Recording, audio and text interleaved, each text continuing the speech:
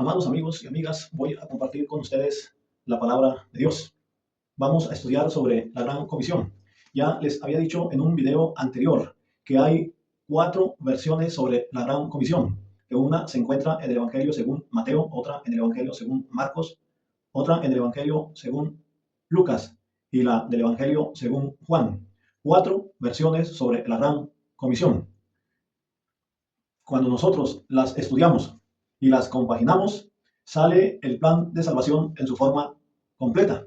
Por eso es importante estudiar esos textos, porque ahí Cristo, fíjese muy bien, ahí Cristo establece las condiciones, los términos, las exigencias o requisitos de perdón. Si quiero saber qué es lo que debo de hacer para ser perdonado de mis pecados, para ser salvado, si quiero saber qué tengo que hacer para entrar en la gracia, para entrar en estado de salvación, para hacerme cristiano, para ser añadido a la iglesia, para nacer de nuevo o llegar a ser una nueva criatura, si quiero saber cómo llego a ser un hijo de Dios, si quiero saber cómo obedecer a aquella forma de doctrina para ser libertado del pecado y venir a ser siervo de la justicia, entonces es necesario estudiar esos textos. Ya estudiamos en el Evangelio según Mateo capítulo 28 versículos 16 al 20. Ahora vamos a estudiar. Fíjate muy bien, vamos a estudiar en el Evangelio según Marcos capítulo 16 versículos 14 al 16. Dice así la palabra de Dios. Finalmente se apareció a los 11 mismos, estando ellos sentados a la mesa, y les reprochó su incredulidad y dureza de corazón, porque no habían creído a los que le habían visto resucitado. Y les dijo: id por todo el mundo y predicad el evangelio a toda criatura. El que creyere y fuere bautizado será salvo, mas el que no creyere será condenado. Habíamos comentado que Jesús durante su ministerio escogió a 12 discípulos a quienes llamó apóstoles, que significa enviado o enviados. Y Cristo los envió a predicar arrepentimiento y a anunciar que el reino de los cielos se había acercado. Después escogió a otros 70 o 72, como dicen algunas versiones de Biblia, y les envió a predicar únicamente a las ovejas perdidas de la casa de Israel, el mismo mensaje: arrepentidos, porque el reino de los cielos se ha acercado. O sea que fue una comisión limitada. Después de salir triunfador de la tumba, una vez resucitado, Cristo dio esta encomienda de carácter universal o mundial a toda nación, pueblo, tribu y lengua. Entonces, la encomienda es mundial. Y Cristo les dice, pues, ir por todo el mundo y predicar el Evangelio. El Evangelio. Dice Romanos 1:16 que el Evangelio es poder de Dios para salvación a todo aquel que cree, al judío primeramente y también al griego, porque en el Evangelio la justicia de Dios se revela por fe y para fe, como está escrito: mas el justo por la fe vivirá. Y también dice el apóstol Pablo que el Evangelio estaba en la mente de Dios desde la eternidad. En la Biblia se usa la expresión el Evangelio eterno, o sea que Dios tenía en mente redimir a los seres humanos a través del sacrificio de Cristo. La palabra Evangelio, fíjate muy bien, la palabra Evangelio en el idioma griego en que se escribió el Nuevo Testamento significa buenas nuevas o buenas noticias de salvación. Y ese mensaje tiene que ver con 3 hechos. Esos 3 hechos tienen que ver directamente con la obra redentora que Cristo llevó a cabo. Sí, amado amigo, 3 hechos: que Cristo murió en la cruz por nuestros pecados, que fue sepultado y que resucitó al tercer día conforme a las Escrituras. Este es el mensaje del Evangelio, o sea, las buenas nuevas. Te vuelvo a repetir: Evangelio o buenas nuevas o buenas noticias de salvación tienen que ver con 3 hechos. El primer hecho, pues, es un hecho doloroso, porque Cristo fue torturado y crucificado, clavado de las manos y de los pies. Pero es a través de ese hecho de crucifixión, el cuerpo de Cristo clavado en la cruz y su sangre derramada, o sea, la muerte de Cristo en la cruz, fue necesaria para Dios redimir a la humanidad. Por eso dice Juan 3:16, porque de tal manera amó Dios al mundo, que ha dado a su Hijo unigénito, para que todo aquel que en él cree no se pierda, mas tenga vida eterna. Porque no envió Dios a su Hijo al mundo para condenar al mundo, sino para que el mundo sea salvo por él. Pero fíjate muy bien que cuando Cristo les dice, ir por todo el mundo y predicar el evangelio, o sea, el mensaje que ellos habrían de llevar al mundo, era precisamente que él, o sea, Jesús, el Cristo, el Hijo de Dios, fue crucificado, murió en la cruz. Cuando nosotros leemos el Marcos, capítulo 15, versículo 21 al 24, fíjate muy bien lo que dice.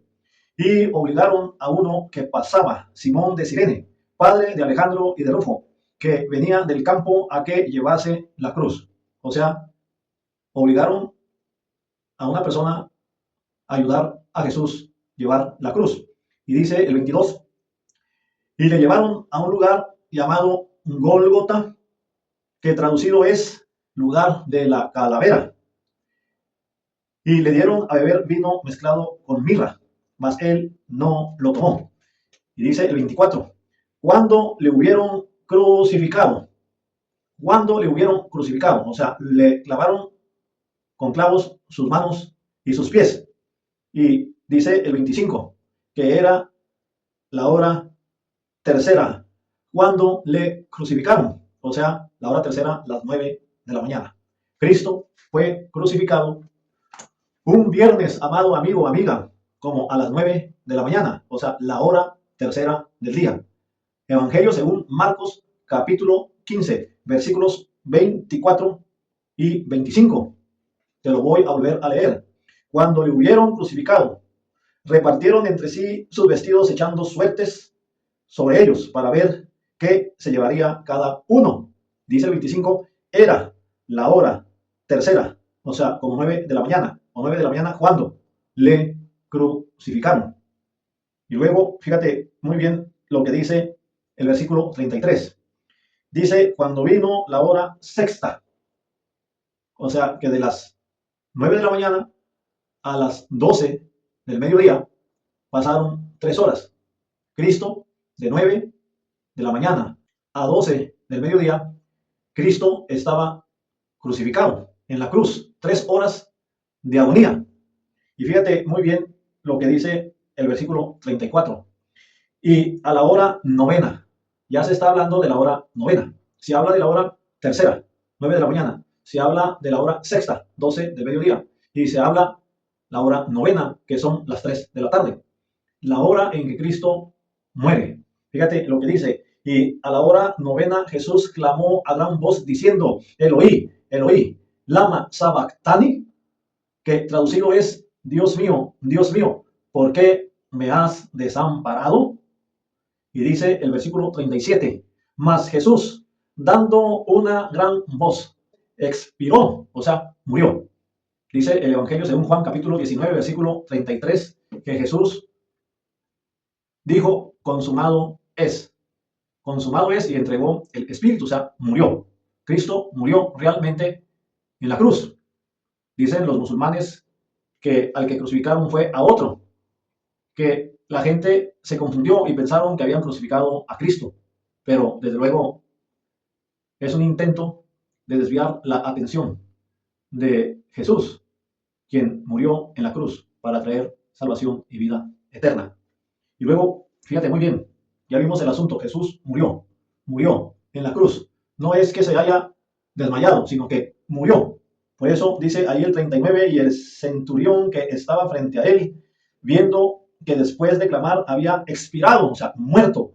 Dice, viendo que después de clamar había expirado, así dijo, verdaderamente, este hombre era hijo de Dios. Y luego se dice que Jesús fue sepultado por José de Arimatea, acompañado de Nicodemo. Pero fíjate lo que dice el versículo 42. Cuando llegó la noche, o sea, la noche del viernes, amado amigo, la noche del viernes, Cristo fue crucificado un viernes como a las 9 de la mañana y estuvo 6 horas de agonía. 6 horas, amado amigo, por ti y por mí. Sigue diciendo, cuando llegó la noche, porque era la preparación, es decir, la víspera del día de reposo. José de Arimatea, miembro noble del concilio, que también esperaba el reino de Dios, vino y entró osadamente a Pilato y pidió el cuerpo de Jesús. Pilato se sorprendió de que ya hubiese muerto. Fíjate muy bien, Pilato se sorprendió de que ya había muerto y haciendo venir al centurión le preguntó si ya estaba muerto. Informado por el centurión, dio el cuerpo a José. O sea, Jesús realmente murió. No es que haya aparecido, sino que él murió. Y dice el versículo 46, el cual compró una sábana y quitándolo lo envolvió en la sábana y lo puso en un sepulcro que estaba cavado en una peña e hizo rodar una piedra a la entrada del sepulcro. O sea, Jesús fue sepultado y también Jesús resucitó. Resucitó al tercer día. Cristo murió el viernes, primer día. Estuvo muerto primer día viernes, segundo día sábado. Y resucitó al tercer día, o sea, el domingo por la mañana. Jesús resucitó en domingo, o sea, el primer día de la semana. Y no como dicen los adventistas, sí, amado amigo, como dicen los judíos mesiánicos, que Jesús resucitó en sábado.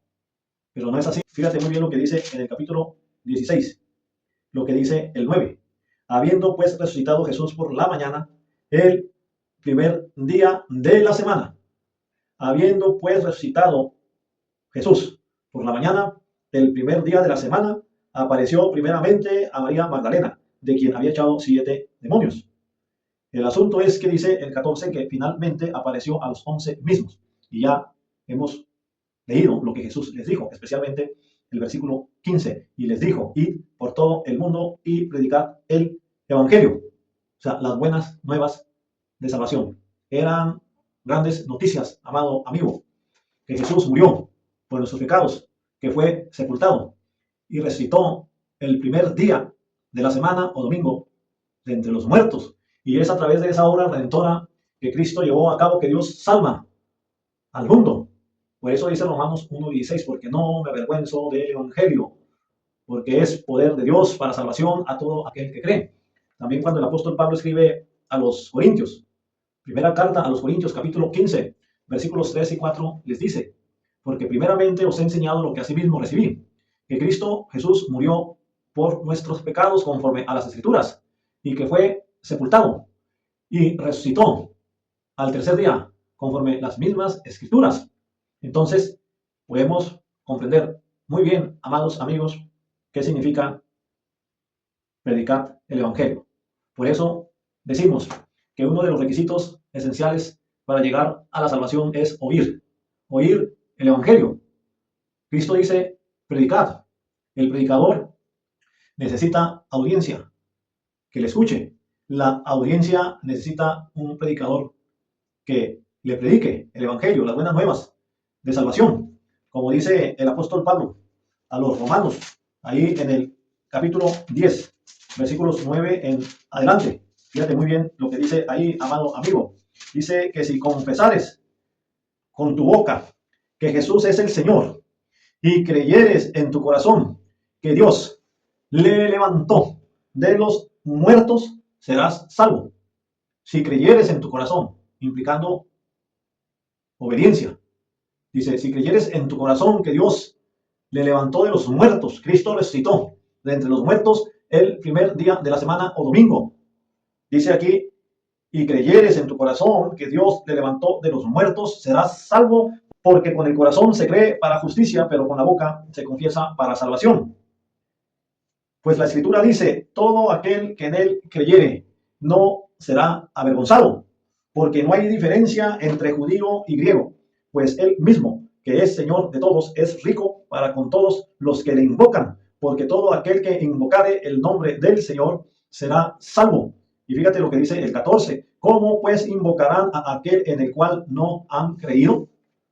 O sea, que la audiencia necesita alguien que les anuncie, así como en este momento se está anunciando el Evangelio, las buenas nuevas o buenas noticias de salvación. Y seguramente todos los que escuchen podrán saber, podrán conocer, comprender lo que es el Evangelio y los requisitos o exigencias, términos, condiciones de perdón, que no cambian, que son los mismos para todas las generaciones desde que Cristo las dio hasta el fin del mundo.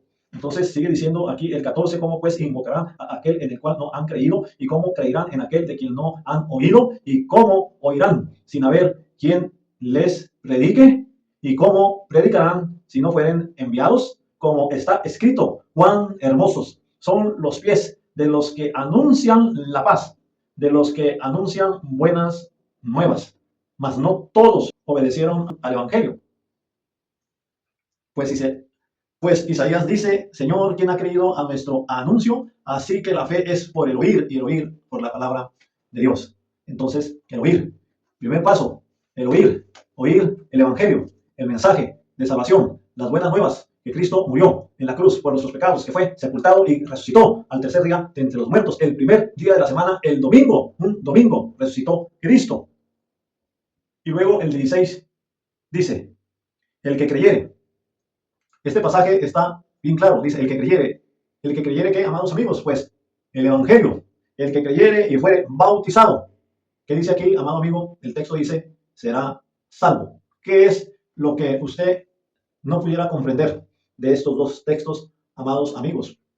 Cristo establece como requisito esencial de salvación el bautismo, así como el oír, el creer, el arrepentirse, confesar la deidad de Cristo y bautizarse.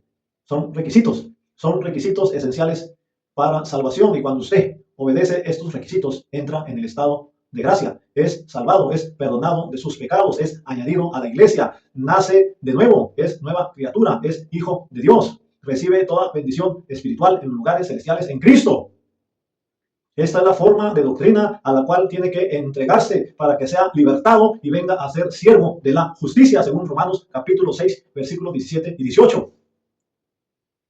Sin embargo, hay predicadores sectarios, denominacionales, que tuercen las escrituras y te dicen que el bautismo no es requisito esencial para salvación. Se equivocan, amado amigo. Ya dijimos que el bautismo es importante, porque en el bautismo morimos al pecado, somos sepultados y resucitamos a vida nueva en Cristo. Más adelante, si Dios lo permite, vamos a estudiar algunos otros pasajes. Pero el punto es que te pregunto, ¿qué es lo que no comprendes de estos dos textos? Dice: el que creyere y fuere bautizado será salvo, mas el que no creyere será condenado. Desde luego que si no cree, pues menos se va a bautizar. Y este pasaje de Marcos capítulo 16 está en perfecta armonía con Hechos 2:38, donde Pedro les dijo: arrepentíos y bautícese cada uno de vosotros en el nombre de Jesucristo para perdón de los pecados. Y también con Hechos 22:16, donde Ananías le dijo al apóstol Pablo: ¿por qué te detienes? Levántate y bautízate y lava tus pecados invocando su nombre. Primera de Pedro 3:21, etc. Vamos a estudiar esos pasajes, si Dios lo permite, después. Pero aquí está, amado amigo, la versión sobre la gran comisión según Marcos. Hay que oír el Evangelio, creer el Evangelio y bautizarse para salvación. Bautismo es requisito esencial para salvación. Debe de administrarse en el nombre del Padre y del Hijo y del Espíritu Santo para perdón de los pecados. Dios te bendiga y hasta la próxima.